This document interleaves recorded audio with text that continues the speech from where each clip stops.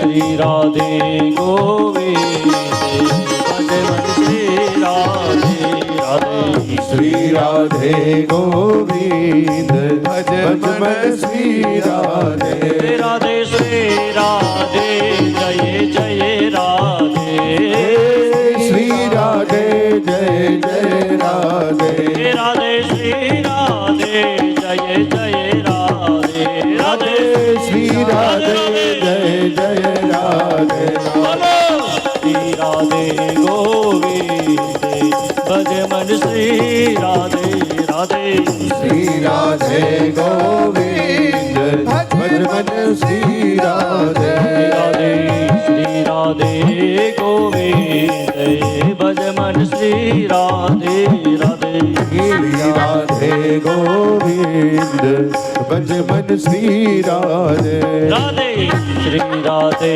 गोविंद भज मन श्री राधे राधे श्री राधे गोविंद भज मन श्री राधे राधे श्री राधे जय जय राधे राधे श्री राधे जय जय राधे राधे श्री राधे जय जय राधे राधे श्री राधे जय जय राधे बोलो श्री राधे गोविंद भज मन श्री राधे राधे श्री राधे गोविंद भज मन श्री राधे बोलो श्री राधे गोविंद भज मन श्री राधे राधे श्री राधे गोविंद भज मन श्री राधे राधे राधे राधे राधे राधे राधे राधे राधे जय जय राधे राधे राधे जय जय राधे राधे राधे राधे राधे राधे राधे राधे राधे राधे राधे नाटक पर राधे राधे नाटक पर राधे राधे कुंजगली में राधे राधे कुंजगली में राधे राधे बरसाने में राधे राधे बरसाने में राधे राधे हरिकथा में राधे राधे हरिकथा में राधे राधे हरिद्वार में राधे राधे हरिद्वार में राधे राधे राधे राधे राधे राधे राधे राधे राधे राधे जय जय राधे राधे राधे जय जय राधे राधे राधे राधे राधे राधे राधे राधे राधे राधे राधे राधे राधे राधे राधे राधे राधे राधे राधे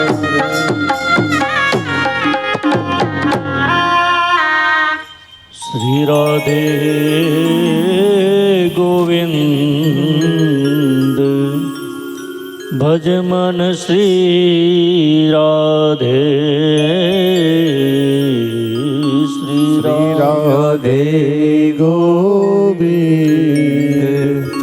भज मन श्री राधे राधे श्री राधे गोविंद भज मन श्री राधे राधे गोविंद भज मन श्री राधे श्री भागवत भगवान की जय। तो भगवान ने पुण्य पवित्र कथा શ્રીમદ ભાગવત જ્ઞાન યજ્ઞ જેને વિશુદ્ધ પ્રેમ કીધો છે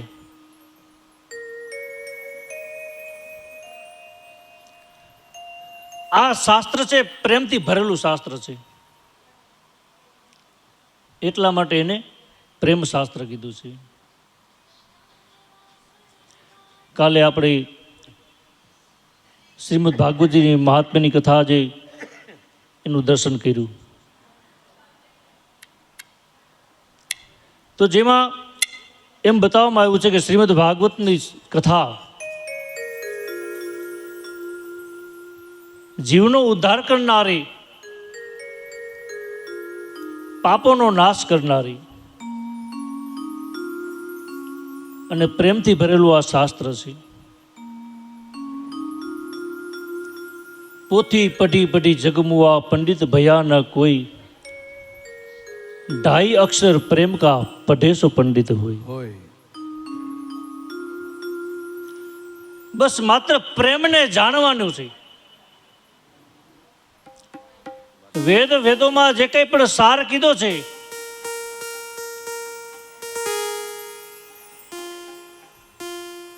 પ્રેમતે પ્રગટ હોય મેં જાના. ભગવાનને આપણે પ્રગટ કરવા છે, પણ ક્યારે થાય? એમ કહેવાય છે કે જે હજારો વર્ષોથી જે સાધના કરે ને ઋષિમુનિઓ, છતાં પણ જેમને જે સ્વરૂપનો પ્રાદુર્ભાવ ન થાય, એ માત્ર ને માત્ર પરમાત્મા પ્રત્યે એક વિશુદ્ધ પ્રેમ રાખી એને ભજવામાં આવે. વારંવાર એ તત્વનું સ્મરણ કરવામાં આવે ત્યારે એમ કીધું છે કે એની આપણને બધાને એક ઓળખ મળી જાય. એ બ્રહ્મના અંશમાંથી જે જીવ છૂટો પડે છે ને, અને ફરતો ફરતો ફરતો છેવટે એ સ્વરૂપ સુધી પહોંચવાનું જે કાર્ય છે,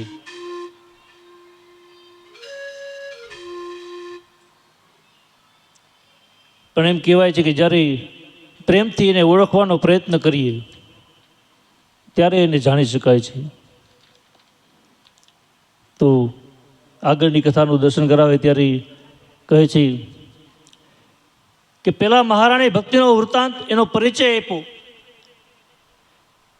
કે ભાગવતના અધ્યયનથી, કથાના પ્રભાવથી એને કેવા ફળની પ્રાપ્તિ થઈ. એ જ મહાત્મ્યનું આગળ દર્શન કરાવતા કહે છે કે બીજું વૃત્તાંત કહે છે કે તુંગભદ્રા અટરે પૂર્વમ ભૂતપત્તન ઉત્તમમ. તુંગભદ્રા નદીના કિનારે એક નગર હતું, જેમાં એમ કહેવાય છે કે એક બ્રાહ્મણ રહેતા હતા, જેનું નામ આત્મદેવ બ્રાહ્મણ, જેની પત્ની એનું નામ ધુંધુલી. માત્ર લૌકિક કથા નથી,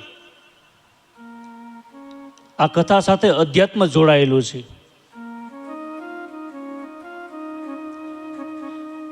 તુંગભદ્રા નદીના કિનારે જે નગર એટલે કે આ દેહ, એમાં એક આત્મદેવ નામનો બ્રાહ્મણ રહે કે જેને કીધું કે આ એક અંદર રહેલો આત્મા,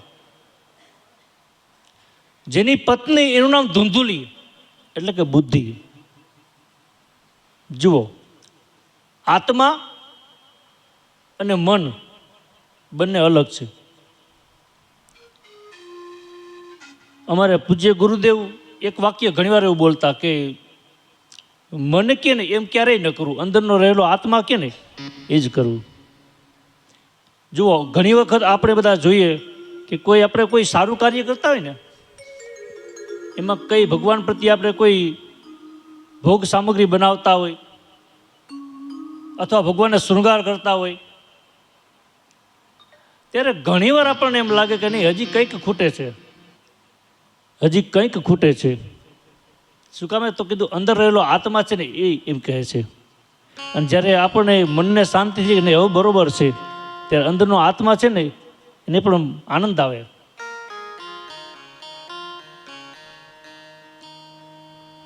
તો મન છે, બની શકે કે ક્યારેક વિષયો તરફ ભટકી જાય. મન એવ મનુષ્યાણામ કારણમ બંધ મોક્ષયો.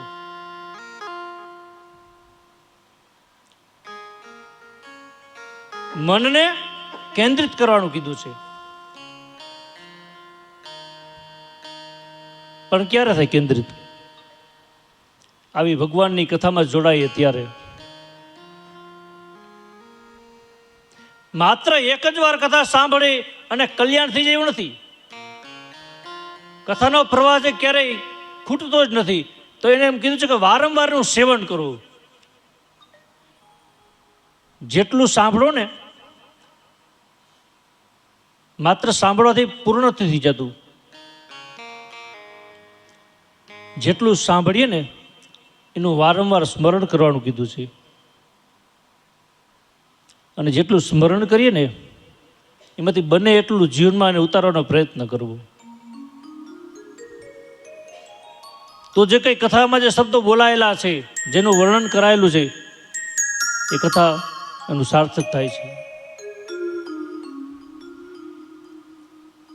અને આ કથા એમ કહેવાય છે કે જેને ભાગ્યમાં હોય છે ને એને જ પ્રાપ્ત થાય છે.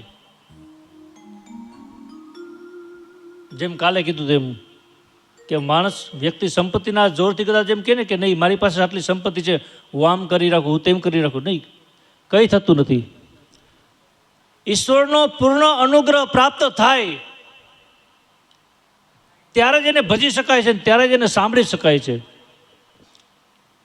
આપણો હૃદયમાં રહેલો પ્રેમ છે ને, એ પ્રેમથી એ બધું આપણને મળે છે.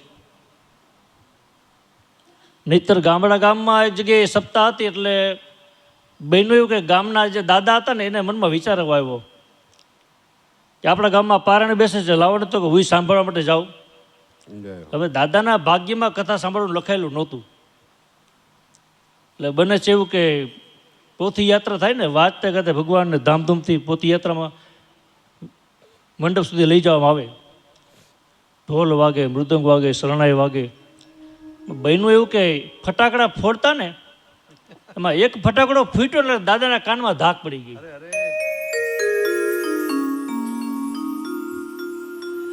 એટલે બન્યું એવું કે દાદાને સંભળાતું બંધ થઈ ગયું, પણ વિચાર કર્યો કંઈ વાંધો નહીં, ન સંભળે તો કોઈ વાત નહીં, મંડપમાં જઈને બેસું તો ખરા. 7 દિવસ ભગવાનની કથા સાંભળવા માટે પોતે બેસે.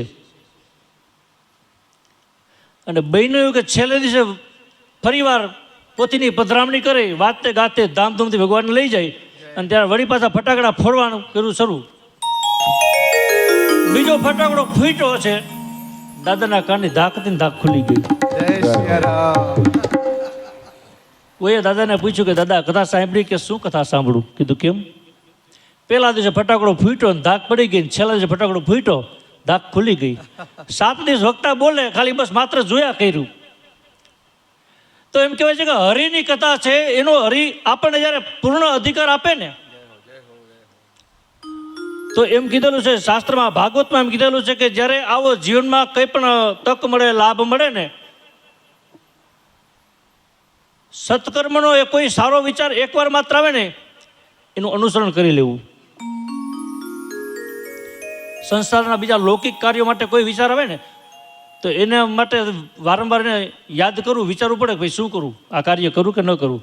પણ કોઈ પણ ધર્મ કાર્ય હોય, કોઈ પણ સત્કર્મ હોય, એના જ્યારે વિચાર આવે ને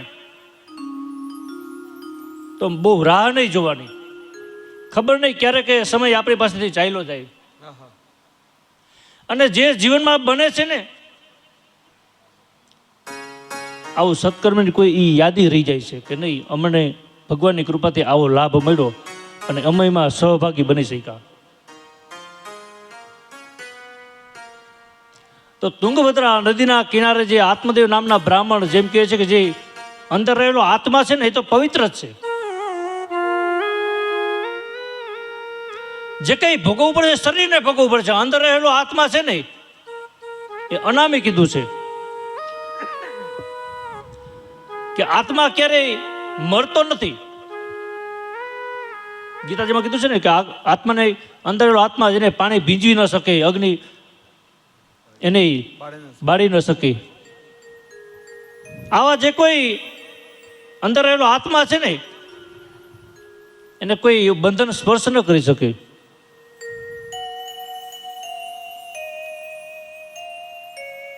તો મન છે વિષયમાં ફસાય છે, અને મન જ્યારે આ આસક્તિ બધી લાગે ને મનને, એટલે બુદ્ધિ એટલે ધૂંધુલી. તો કથા એમ બતાવે છે, લોક વાર્તા ક્રૂરા પ્રાયસો બહુજલ્પિકા સુરાત ગૃહકૃત્યેષુ કૃપણા કલહ પ્રિયા. આત્મદેવ બ્રાહ્મણને બધી વાતનું સુખ હતું, સંપત્તિ વગેરે બધા સુખો હતા, પરંતુ માત્ર સંતાન નહોતું. આત્મદેવ બ્રાહ્મણ પવિત્ર છે, વિચાર કરે છે કે નહીં કંઈક ભગવાને મારો આવા ભાગ્યમાં નિર્માણ કરેલું હશે.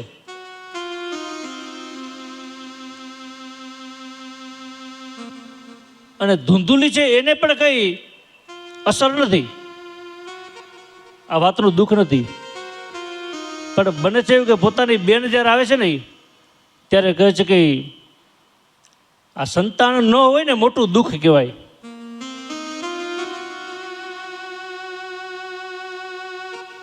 અને જ્યારે ધૂંધુલીને સમજાવે છે, ધૂંધુલી પોતાના પતિને કહે છે કે નહીં, આપણા જીવનમાં કોઈ પણ રીતે સંતાનનો જન્મ થાય, તમે જ્ઞાની છો, વાતને જાણો શા માટે સંતાનનો જન્મ નથી થતો. આત્મદેવ બ્રાહ્મણને વારંવાર જ્યારે આવા શબ્દ કહે છે ત્યારે બને છે એવું કે જ્યારે આત્મદેવ બ્રાહ્મણના મનમાં વિચાર આવે છે કે હવે જો ખરેખર મારા ભાગ્યમાં સંતાન હોય જ નહીં તો હવે જીવીને કોઈ કામ નથી. કારણ કે મારું મૃત્યુ થાય પછી મને આ પૂમ નામનું જે પુત્ર છે એ શ્રાદ્ધ કરે અને મારો ઉદ્ધાર કરે.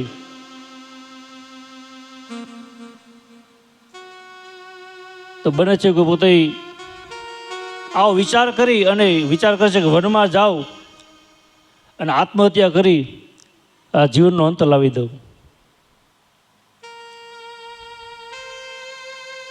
જુઓ, જે પવિત્ર બ્રાહ્મણ છે ને એના મનમાં આવો વિચાર આવે છે. નહીતર એમ કહેવાય છે કે જે પુત્રની જરૂર શ્રાદ્ધ માટે, ત્રયતી પુત્ર,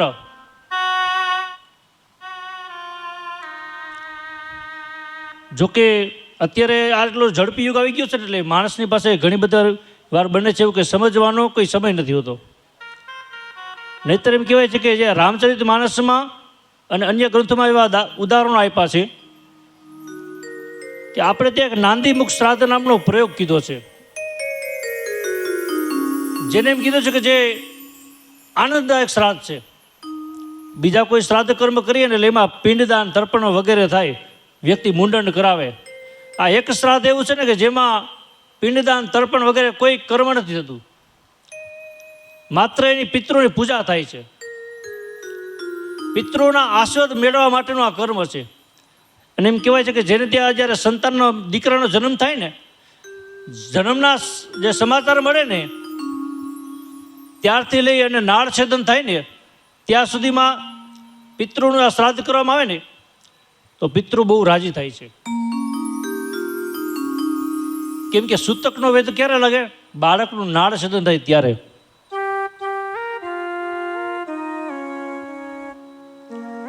તો પોતે આત્મદેવ નામના બ્રાહ્મણ વિચાર કરે છે કે મારે પુત્ર જ નથી તો મારા મૃત્યુ પછી મારું શ્રાદ્ધ કર્મ કોણ કરશે? મને ગતિ કેમ મળશે?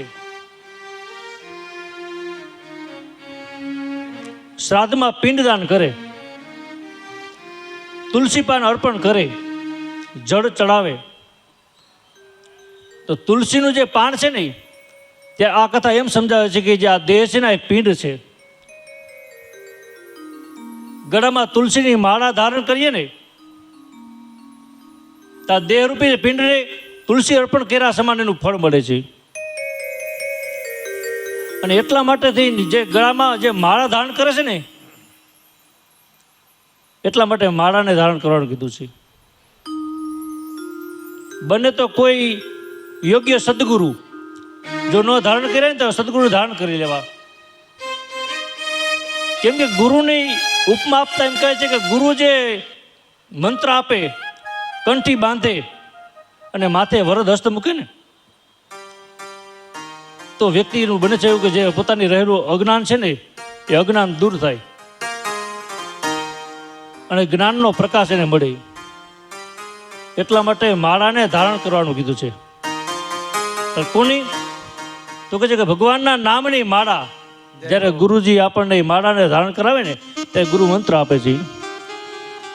ગુરુજીના નામની હો માળા છે ડોકમાં, ગુરુજીના નામની હો માળા છે ડોકમાં, પ્રભુજીના નામની હો માળા છે ડોકમાં, પ્રભુજીના નામની હો માળા છે દુઃખમાં રે ગુરુજીના નામની હો મારા છે દુઃખમાં ગુરુજીના નામની હો મારા છે દુઃખમાં